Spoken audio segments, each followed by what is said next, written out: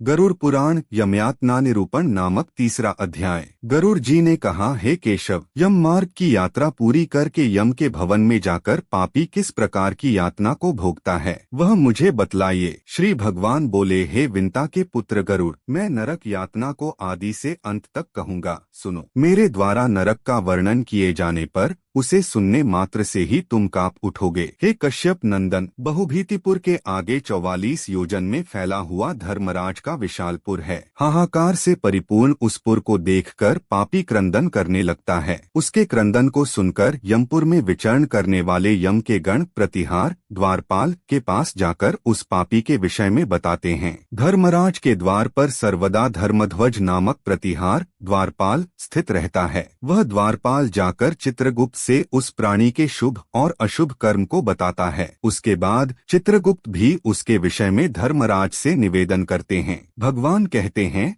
हे ताक्ष, जो लोग नास्तिक होते हैं या बहुत बड़े पाप करते हैं, उनके बारे में धर्मराज यमराज पहले से ही सब कुछ ठीक ठीक जानते हैं। उन्हें किसी से पूछने की आवश्यकता नहीं होती। फिर भी न्याय की पूरी प्रक्रिया का पालन करने के लिए वे चित्रगुप्त से उस जीव के अच्छे और बुरे कर्मों का विवरण पूछते हैं। इसके बाद चित्रगुप्त भी उन विशेष दिव्य प्राणियों से जानकारी लेते हैं जिन्हें श्रवण कहा जाता है। श्रवण ब्रह्मा जी के पुत्र माने गए हैं। उनकी विशेष शक्ति यह है कि वे स्वर्ग, पृथ्वी और पाताल तीनों लोकों में कहीं भी आ जा सकते हैं। वे बहुत दूर की बातें भी सुन सकते हैं और दूर घट रही घटनाओं को भी जान सकते हैं। उनके दिव्य नेत्र इतने शक्तिशाली होते हैं कि वे बहुत दूर के दृश्य भी स्पष्ट रूप से देख लेते हैं। श्रणों की पत्नियां, जिन्हें श्रवणी कहा जाता है, वे भी अपने पतियों के समान ही दिव्य शक्तियों वाली होती हैं। वे विशेष रूप से स्त्रियों के आचरण, व्यवहार और कार्यों को भली भांति जानती हैं। इस प्रकार श्रवण और श्रवणी दोनों मिलकर मनुष्यों के जीवन पर निरंतर दृष्टि रखते हैं। कोई व्यक्ति छिपकर कुछ करे या सबके सामने करे, वे सब कुछ जानते हैं। मनुष्य अपने मन से जो सोचता है, मानसिक कर्म, वाणी से जो बोलता है, वाचिक कर्म और शरीर से जो कार्य करता है, कायिक कर्म, उन सभी शुभ और अशुभ कर्मों का पूरा लेखा जोखा उनके पास रहता है। इसलिए मनुष्य के किसी भी अच्छे या बुरे कर्म को छिपाया नहीं जा सकता। अंत में धर्मराज के न्याय के समय इन्हीं कर्मों के आधार पर निर्णय किया जाता है। मनुष्य और देवताओं के अधिकारी वे श्रवण और श्रवणीय सत्यवादी हैं। उनके पास ऐसी शक्ति है जिसके बल पर वे मनुष्यकृत कर्मों को बताते हैं। व्रत, दान और सत्य वचन से जो मनुष्य उन्हें प्रसन्न करता है, उसके प्रति वे सौम्य तथा स्वर्ग और मोक्ष प्रदान करने वाले हो जाते हैं। वे सत्यवादी श्रवण पापियों के पाप कर्मों को जानकर धर्मराज के सम्मुख यथावत कह देने के कारण पापियों के लिए दुखदायी हो जाते हैं। सूर्य, चंद्रमा, वायु, अग्नि, आकाश, भूमि, जल, हृदय, यम, दिन रात, दोनों संध्याएं और धर्म, ये सभी मनुष्य के वृत्तांत को जानते हैं। धर्मराज, चित्रगुप्त, श्रवण और सूर्य आदि मनुष्य के शरीर में स्थित सभी पाप और पुण्यों को पूर्णतया देखते हैं। इस प्रकार पापियों के पाप के विषय में सुनिश्चित जानकारी प्राप्त करके यम उन्हें बुलाकर अपना अत्यंत भयंकर रूप दिखाते हैं। वे पापी यम के ऐसे भयंकर रूप को देखते हैं जो हाथ में दंड लिए हुए, बहुत बड़ी काया वाले, भैंसे के ऊपर स्थित, प्रलयकालीन मेघ के समान आवाज वाले, काजल के पर्वत के समान, बिजली के प्रभाव वाले, आयुधों के कारण भयंकर, 32 भुजाओं वाले, 3 योजन के लंबे चौड़े विस्तार वाले, बावली के समान गोल नेत्रों वाले, बड़ी बड़ी दाढ़ी के कारण भयंकर मुख वाले, लाल लाल आँखों वाले और लंबी नाक वाले हैं। मृत्यु और पीड़ा देने वाली शक्तियों आदि से संयुक्त होने के कारण चित्रगुप्त भी भयंकर हैं। यम के समान भयानक सभी दूत उनके समीप पापियों को डराने के लिए गरजते रहते हैं। उन चित्रगुप्त को देखकर भयभीत होकर पापी हाहाकार करने लगता है। दान न करने वाला वह पापात्मा का पता है और बार बार विलाप करता है। तब चित्रगुप्त यम की आज्ञा से क्रंदन करते हुए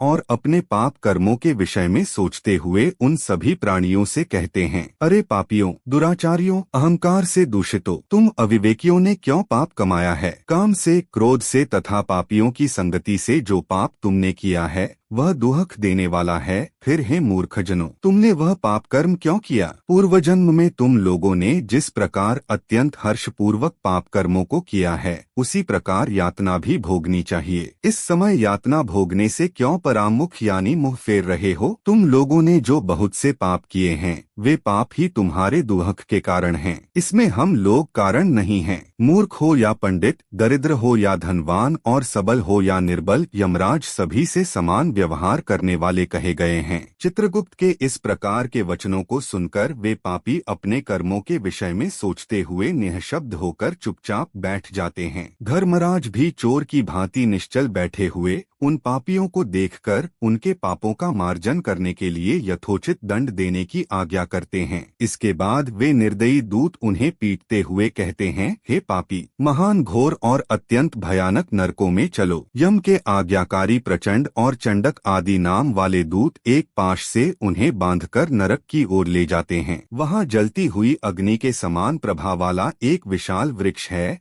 जो 5 योजन में फैला हुआ है तथा 1 योजन ऊंचा है। उस वृक्ष में नीचे मुख करके उसे सांकलों से बांधकर वे दूत पीटते हैं। वहाँ जलते हुए वे रोते हैं, पर वहाँ उनका कोई रक्षक नहीं होता। उसी शालमली वृक्ष में भूख और प्यास से पीड़ित तथा यमदूतों द्वारा पीटे जाते हुए अनेक पापी लटकते रहते हैं। वे आश्रयविहीन पापी अंजलि बांधकर, हे यमदूतों, मेरे अपराध को क्षमा कर दो, ऐसा उन दूतों से निवेदन करते हैं। बार बार लोहे की लाठियों, मुदगरों, भालों और बर्छियों, गदाओं और मूसलों से उन दूतों के द्वारा वे अत्यधिक मारे जाते हैं। मारने से जब वे चेतनारहित और मूर्छित हो जाते हैं, तब उन निश्चेष्ट पापियों को देखकर यम के दूत कहते हैं, अरे दुराचारियों, पापियों, तुम लोगों ने दुराचरण क्यों किया? सुलभ होने वाले भी जल और अन्न का दान कभी क्यों नहीं दिया? तुम लोगों ने आधा ग्रास यानी भोजन का एक निवाला भी कभी किसी को नहीं दिया, और न ही कुत्ते तथा कौए के लिए बलि यानी भोजन का छोटा हिस्सा या अन्न का भाग ही दी। अतिथि को नमस्कार नहीं किया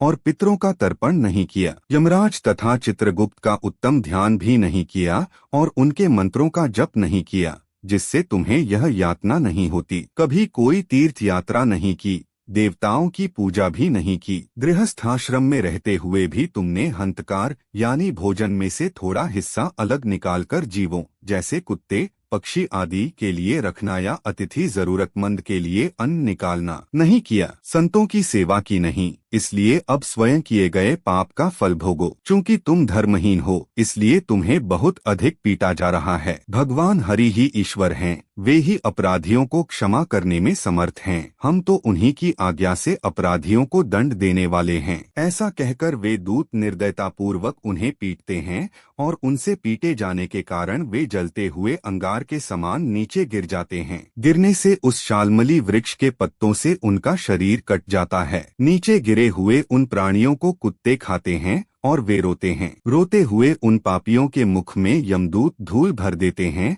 तथा कुछ पापियों को विविध पाशों से बांधकर मुदगरों से पीटते हैं। कुछ पापी आरे से काष्ठ की भांति 2 टुकड़ों में किए जाते हैं और कुछ भूमि पर गिराकर कुल्हाड़ी से खंड खंड किए जाते हैं। कुछ को गड्ढे में आधा गाड़कर सिर में बाणों से भेदन किया जाता है। कुछ दूसरे पेरने वाले यंत्र में डालकर इक्षुदंड गन्ने की भांति पेरे जाते हैं। कुछ को चारों ओर से जलते हुए अंगारों से युक्त उल्मुख जलती हुई लकड़ी से ढक करके लौहपिंड की भांति धधकाया जाता है। कुछ को घी के खौलते हुए कड़ाही में, कुछ को तेल के कड़ाहे में तले जाते हुए बड़े की भांति इधर उधर चलाया जाता है। किन्हीं को मतवाले गजेंद्रों यानी हाथियों के सम्मुख रास्ते में फेंक दिया जाता है। किन्हीं को हाथ और पैर बांधकर अधोमुख लटकाया जाता है। किन्हीं को कुएं में फेंका जाता है। किन्हीं को पर्वतों से गिराया जाता है।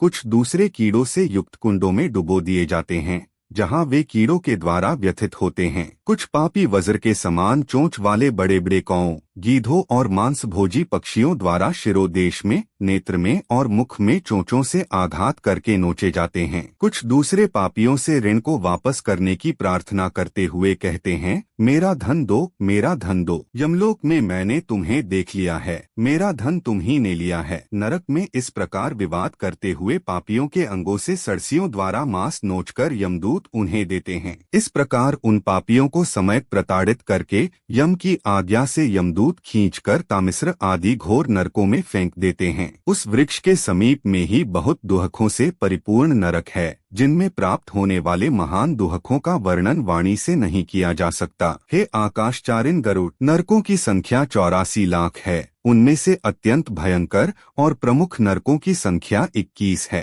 तामिस्र, लोशंकुक, महारौरव, शालमली, रौरव, कुडमल, कालसूत्रक, पूतिमृत्तिक, संघात, लोहितोद, सविश, संप्रतापन, महानिरय, काकोल, संजीवन, महापथ, अवीची, अंधतामिस्र, कुंभीपाक, संप्रतापन तथा तपन, ये 21 नरक हैं। अनेक प्रकार के पापों का फल इनमें प्राप्त होता है और ये यम के दूतों से अधिष्ठित यानी अधीन माने गए हैं, यानी यमदूत वहाँ व्यवस्था और दंड देने का कार्य करते हैं। इन नरकों में गिरे हुए मूर्ख, पापी, अधर्मी जीव कल्पपर्यंत यानी बहुत लंबे समय तक उन नरक यातनाओं को भोगते हैं। तामिस्र और अंधतामिस्र तथा रौरवादी नरकों की जो यातनाएं हैं, उन्हें स्त्री और पुरुष पारस्परिक संग से निर्मित कर भोगते हैं। इस प्रकार कुटुंब का भरण पोषण करने वाला अथवा केवल अपना पेट भरने वाला भी यहाँ कुटुंब और शरीर दोनों को छोड़कर मृत्यु के अनंतर इस प्रकार का फल भोगता है। प्राणियों के साथ द्रोह करके भरण पोषण किए गए